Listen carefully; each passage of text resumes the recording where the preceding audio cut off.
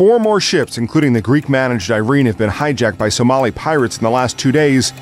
Somalia hasn't had a functioning government in more than 25 years.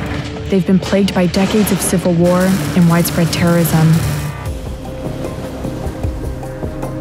We had just 2 days before sailed out of a port. The route of the ship, when I joined for the first time, I had joined from Zanzibar in Tanzania and then come back to Seychelles. From Seychelles, we were again going to Zanzibar, and that is where we had a problem with our engine off Seychelles. And while during our repairs, we had a piracy attack and we were hijacked. My name is Pralab Dhyani. I was there on RAC Africana when hijacked by the Somalian pirates in April 2010 until March 2011.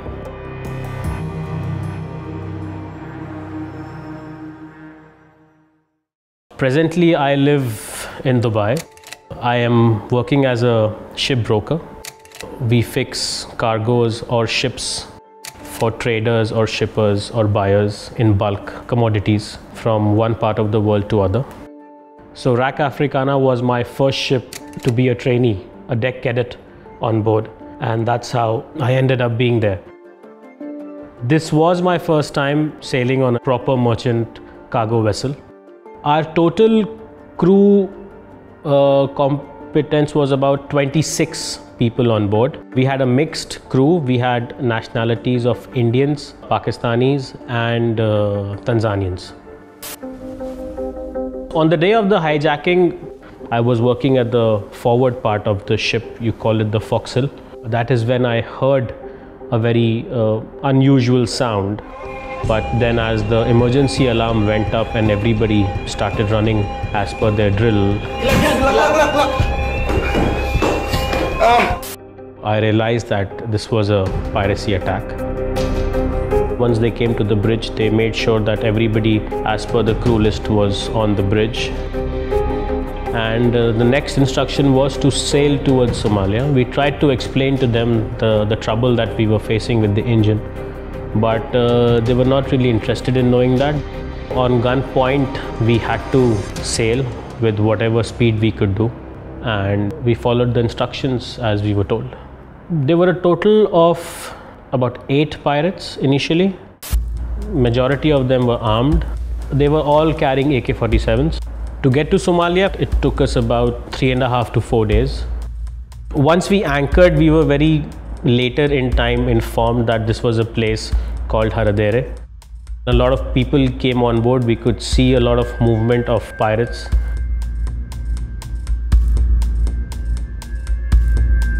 They went through every room, everything that we had, whatever they could take along with them, including phones, laptops, clothes, whatever was accessible, money.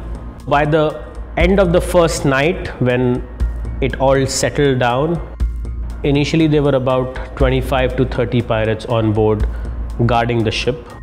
You could see the coastline, but you couldn't see any kind of light or anything at night. It's the coastline that you can see during daylight hours. Their negotiator had already come on board on day 1. It took us some time to absorb the shock. Initial days, everybody was to himself. There was not much communication happening between us. The only communication that would happen was whenever the translator would come on board, have a call between the captain and the owners to pressurize them to fulfill the demands and pay the ransom as soon as possible. There was a lot of anticipation to know how long are we going to be here.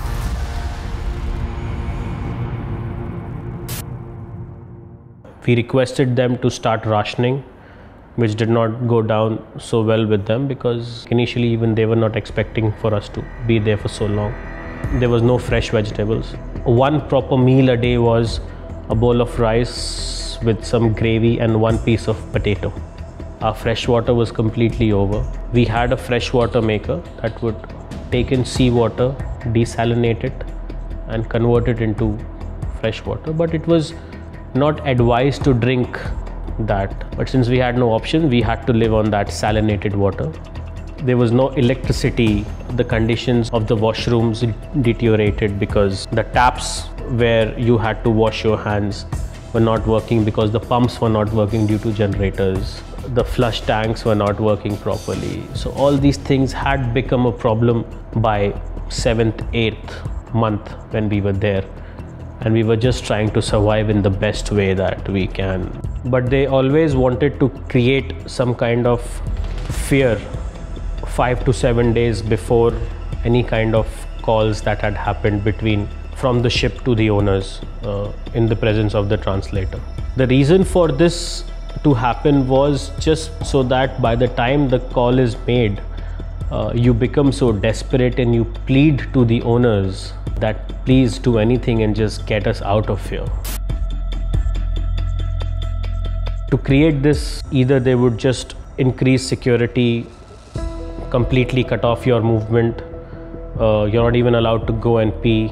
But as time increased, even they increased the intensity of the tortures. There was a time where they called everybody on deck to take photographs with the pirates in the background and with their all big guns, be it an RPG, a rocket launcher, or a LMG or an AK-47. And one of our crewmates panicked so much that he just fainted. There was another incident when the guy just came up to me and put a gun to my head and just loaded it. Whether he's going to pull the trigger or even by mistake, if he pulls the trigger, that's the end. So the negotiations finally ended at a very wrong time. One of our crew members had just passed away on board. He was suffering for a very long time. He had gone into depression and he had stopped eating, and he was not able to come out of the mind space that he would go home one day. In his head, his thoughts were that he's going to spend the rest of his life here. This was, I think, at the end of the 10th month. We knew he was unwell, but again, you don't think of anything until it happens. And that scene of sea burial and everything was... It took some time to digest that.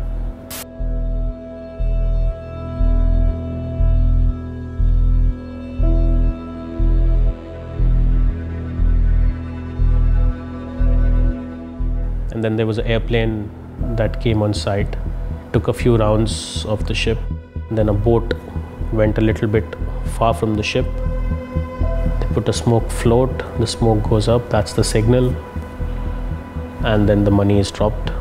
It goes to the topmost people, and then they sit somewhere and start distributing the money.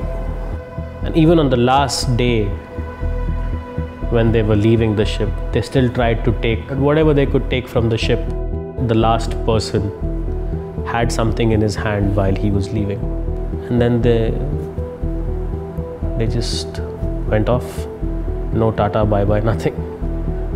Called up our parents, called up home, everybody individually called their families. That was the best thing that happened in those 11 months when you talk to your family. Then we strategized that how are we going to get out of here. The owners called up. We approached the nearby warships.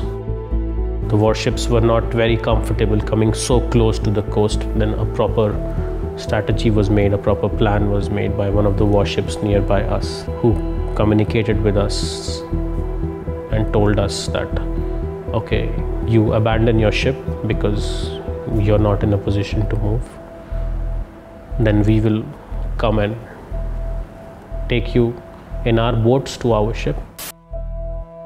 We were on life rafts that are not engined or anything, they just drift with the water. So we were on them drifting towards shore. That was a more scary sight.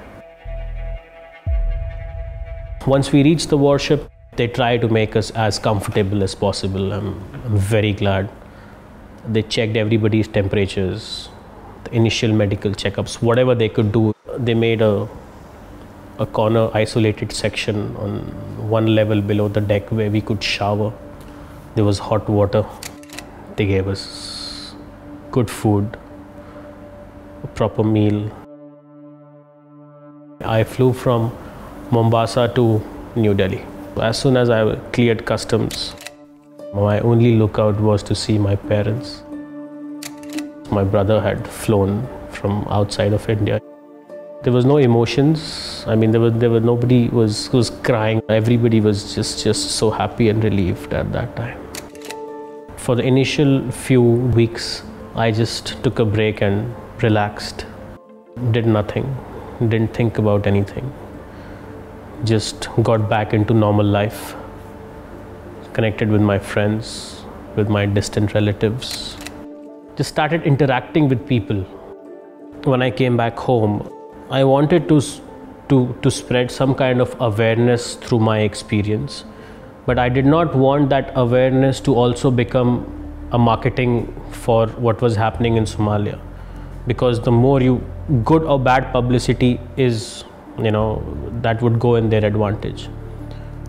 So that is where I took the channel of presenting a paper in a law university. A week after the hijacking, I was 21. I celebrated my 21st birthday there. So by the time I came back, I was just 22. Pre-hijack, I was a totally different person. I was somebody go with the flow kind of a guy. Post-hijack, I try to plan a lot of things. I know my goals. I know what I want to achieve. I'm working towards that. And one step at a time should reach there.